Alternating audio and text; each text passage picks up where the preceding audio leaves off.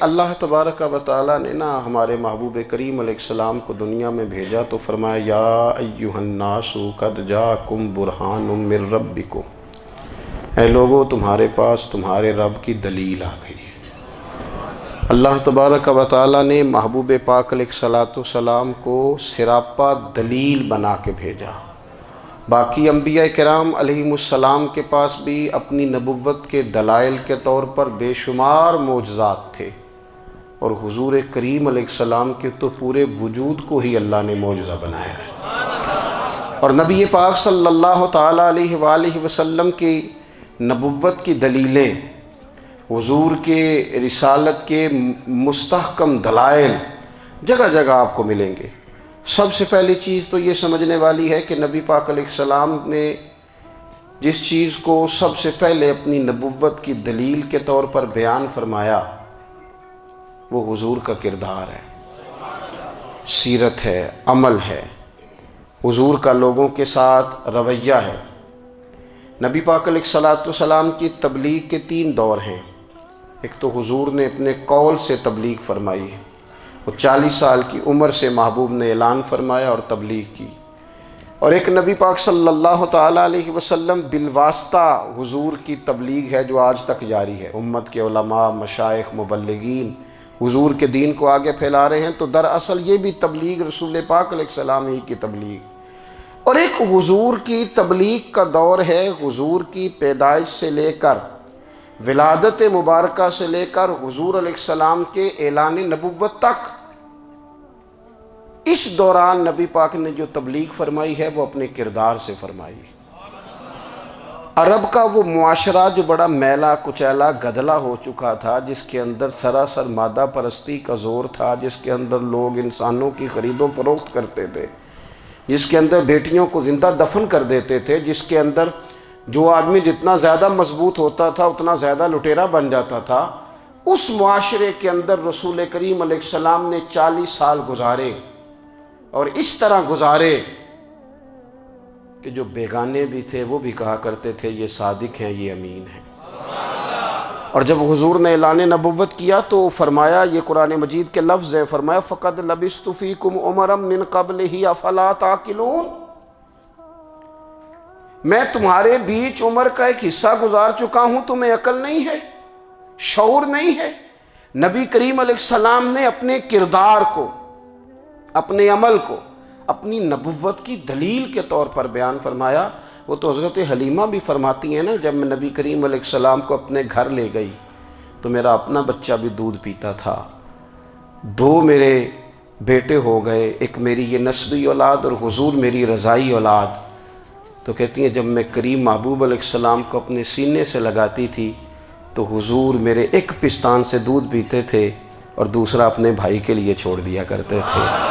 یہاں سے رسول کریم علیہ السلام نے کردار کے ذریعے تبلیغ، اور پھر اعلان نبوت سے پہلے ایک تنظیم عرب کے جوانوں پر، عرب کے سرداروں پر مشتمل بنائی گئی، جس میں نبی کریم علیہ السلام نے بڑا حصہ لیا سرکار نے، اور بڑے اہم لوگوں کو شعور حضور نے عطا فرمائے۔ وہ اس جماعت کا فیصلہ تھا کہ ہم سارے جوان، سارے بڑے لوگ ملیں گے، یہ حضور کے اعلان نبوت سے پہلے کی بات ہے، ہم بڑے لوگ ملیں گے، کسی بڑے کو کسی چھوٹے پر ظلم نہیں کرنے دیں گے، کسی آدمی کو کسی غریب کا حق نہیں کھانے دیں گے۔ حضور علیہ السلام نے اپنے کردار سے، اپنے عمل سے، اور آپ کا جو عمل ہوتا ہے وہ اصل ہوتا ہے۔ ایک ہوتا ہے آپ کوئی بات کرتے ہیں، اور ایک ہوتا ہے کہ آپ کوئی عمل کرتے ہیں۔ آپ جب عمل کرتے ہیں تو عمل کے ذریعے بھی لوگوں تک بات پہنچتی ہے کہ دراصل آپ کا اٹھنا بیٹھنا چلنا پھرنا کیا ہے۔ میرے رسول کریم علیہ السلام کا اٹھنا بھی ایک نبی کا، بیٹھنا بھی ایک نبی کا، بات کرنا بھی ایک نبی کا، معاملات زندگی کرنا بھی ایک نبی کا، لین دین کرنا بھی ایک نبی کا۔ ایک شخص کہتے ہیں میں نے اعلان نبوت سے پہلے حضور علیہ السلام سے کوئی چیز خریدی تھی، اور میں نے عرض کیا تھا آپ یہاں تشریف رکھیں، میں پیسے لے کے آتا ہوں۔ میں 3 دن کے بعد آیا۔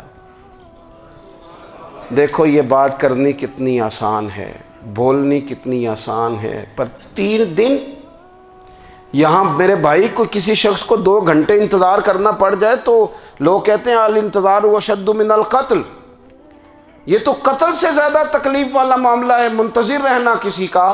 کہتے 3 دن کے بعد میں آیا تو میرے رسول کریم وہیں تشریف فرمایا، بس اتنا فرمایا یار تم نے مجھے بڑی تکلیف میں ڈال دیا، 3 دن ہو گئے یہاں رکے ہوئے۔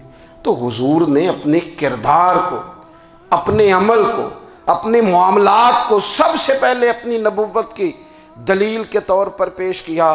کسی نے کیا خوب کہا تھا کہ جو تیری جان کے دشمن ہیں وہ بھی کہتے ہیں، وہ جو تیری جان کے دشمن ہیں، بظاہر تو آئے ہیں نا ہجرت کی رات جان لینے، لیکن امانتیں حضور کے گھر میں رکھی ہوئی ہیں، امانتیں کاشانہ نور پہ پڑی ہیں۔ وہ جو تیری جان کے دشمن ہیں وہ بھی کہتے ہیں کہ امین تو ہے اور صداقت کی آبرو تو ہے، امین بھی تو ہے، صداقت کی آبرو تو ہے۔ تو پہلے کردار۔ پھر دوسری بات، اللہ تعالیٰ نے اپنے محبوب علیہ السلام کو اپنا مطلق نائب بنا کر، اپنا محبوب اعظم بنا کر، ویسے ہی سارے انسانوں کے بارے میں کہا وَإِذْ قَالَ رَبُّكَ لِلْمَلَائِكَةِ إِنِّي جَاعِلٌ فِي الْأَرْضِ خلیفہ، میں زمین میں اپنا نائب بنانے والا ہوں۔ لیکن حضور علیہ السلام تو محبوب ہے نا، حضور کی نیابت تو محبوبیت کے درجے پر فائز ہے۔ تو رسول پاک کو رب کریم نے اس طرح کا بنا کے بھیجا کہ حضرت عبداللہ ابن رواحہ رضی اللہ تعالیٰ عنہ بیان فرماتے ہیں کہ اگر حضور کوئی معجزہ نہ بھی دکھاتے، نبی کریم علیہ السلام سے کوئی اعجاز لوگ نہ بھی دیکھتے، تو محبوب کا تو چہرہ ہی اس طرح کا تھا، لوگوں نے دیکھتے جانا تھا اور کلمہ پڑھتے جانا تھا۔ لیکن باوجود اس کے میرے رسول پاک کا اعجاز یہ ہے، کمال یہ ہے کہ حضور کبھی اشارہ کر دیں تو چاند 2 ٹکڑے ہو جائے، کبھی دعا مانگ دیں تو ڈوبا ہوا سورج واپس آ جائے، کبھی محبوب گزرنے لگیں تو پتھر آپ پر سلام پڑے، کبھی حضور پہاڑ پر چڑھ جائیں تو پہاڑ وجد میں آ کر جھومنے لگیں، محبوب کا کبھی نماز پڑھاتے ارادہ بن جائے تو اللہ تعالیٰ قبلے کا رخ ہی تبدیل فرما دے۔ آگے کیا کہ نا حضور 2-4 جملوں میں ساری بات سمجھا جاتے ہیں۔ ایک حدیث پاک اگر ہماری سمجھ میں آ جائے، ایک روایت نبی پاک صلی اللہ تعالیٰ علیہ وسلم نے فرمایا خوبصورت مسلمان وہ ہے جو بے مقصد باتوں کو چھوڑ دے۔ لو اس سے پوری زندگی سجائی جا سکتی ہے، ایک جملے سے پوری زندگی سواری جا سکتی ہے، کوئی لمبی چوڑی باتوں میں جانے کی ضرورت نہیں۔ کہا خوبصورت مسلمان یہ ہے جو بے مقصد باتوں کو چھوڑ دے، لا یعنی باتوں کو، کیا کہتے ہیں ہمارے دیہات کے لوگ، جڑے پنڈ جانا نہیں اودا راہ پوچھنے دی۔ لیکن آج کل لوگ باز آندے، یعنی جس بات کا بالکل تعلق نہیں نا وہ بات بھی کرتے جاتے ہیں، جس کا شعبہ ہی نہیں وہ بھی چھلانگ لگا لگا کے اس میں آ جاتا ہے۔ ہم اپنا وقت ضائع کرتے ہیں، اپنی صلاحیتیں ضائع کرتے ہیں، اپنا نقصان کرتے ہیں۔ ہم اپنا کام صحیح کر کے نہیں کرتے اور دوسری ساری دنیا کو ٹھیک کرنا چاہتے ہیں۔ او بھائی آپ جس جگہ جس شعبے سے تعلق رکھتے ہیں آپ اپنے معاملات میں مضبوطی پیدا کریں۔ حضور نے اپنی فصاحت کے ساتھ، بلاغت کے ساتھ لوگوں کو قائل کیا، اور قرآن مجید کی تاثیر کا یہ اثر میرے کریم رسول نے دکھایا کہ رات کو جب حضور بیٹھ کے قرآن پاک پڑھتے تھے نا، جب یاسین والے نبی خود یاسین کی تلاوت کریں،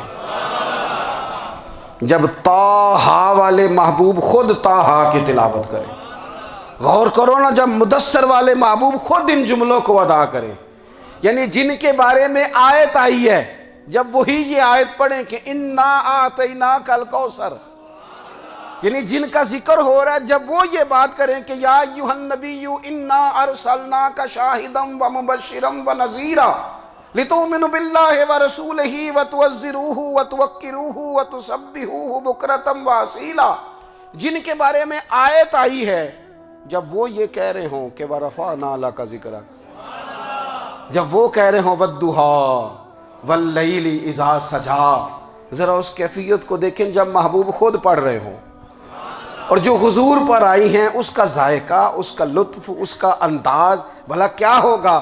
حضور جب رات کو پڑھتے تھے نا قرآن پاک، تو جو پکے کافر تھے نا، ابو جہل جیسے لوگ، وہ بھی جھاڑیوں میں چھپ چھپ کے مدینے والے کی تلاوت سنا کرتے تھے، حضور کی تلاوت سنا کرتے تھے۔ یہی بہتر ہے کہ پردوں میں وہ پردہ پوش رہے، وہ اگر پردے ہٹا دے تو کسے ہوش رہے۔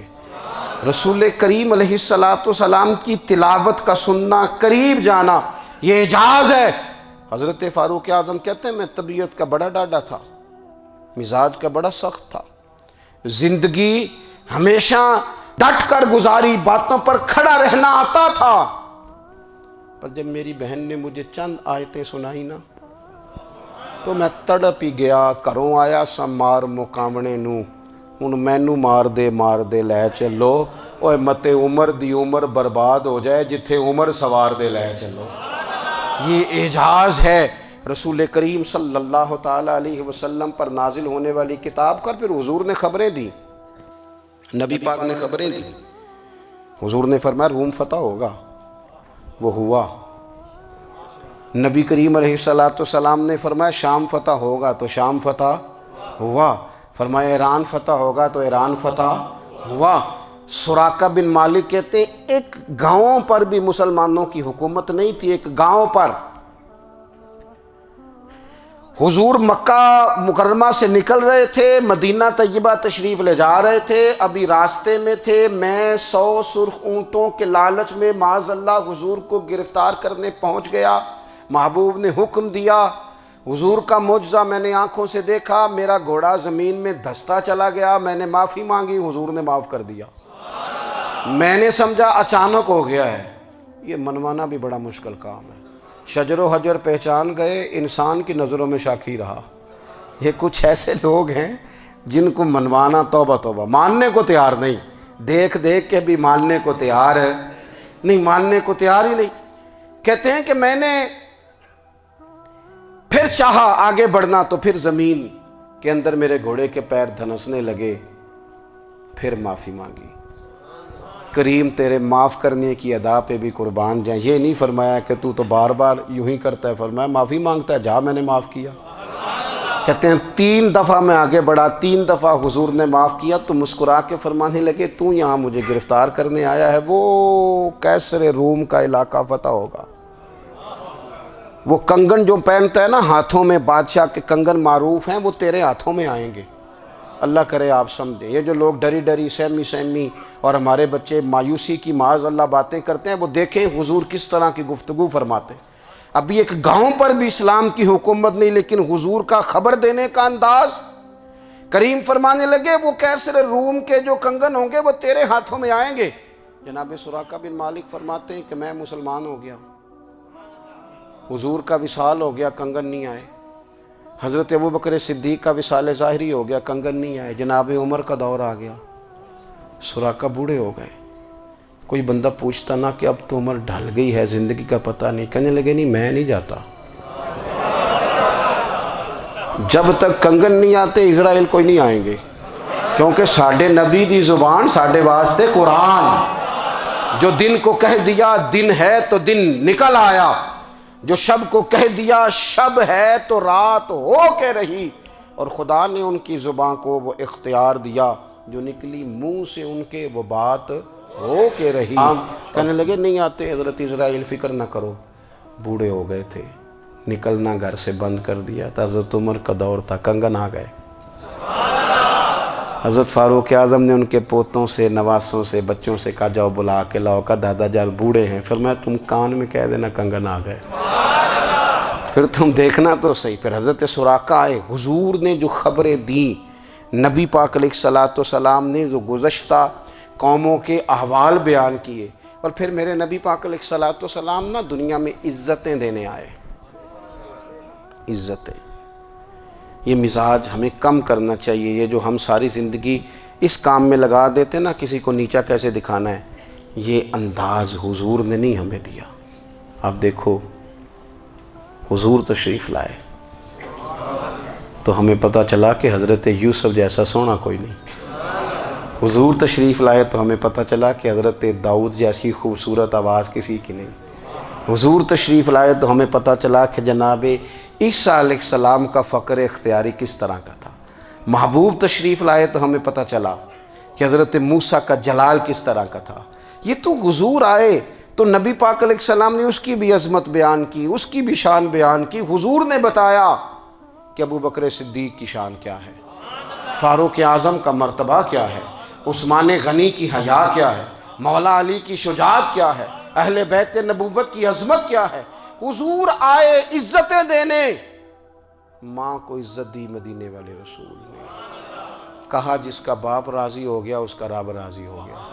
فرمایا جو 2 بیٹیاں 3 بیٹیاں 4 بیٹی بہنیں یا ایک بیٹی یا بہن بیاہ کے آ گیا نا، اس طرح میری 2 انگلیاں جڑی ہوئی ہیں، میرے ساتھ جڑ کے جنت میں جائے گا۔ رسول کریم صلی اللہ تعالی وسلم نے عزت دی۔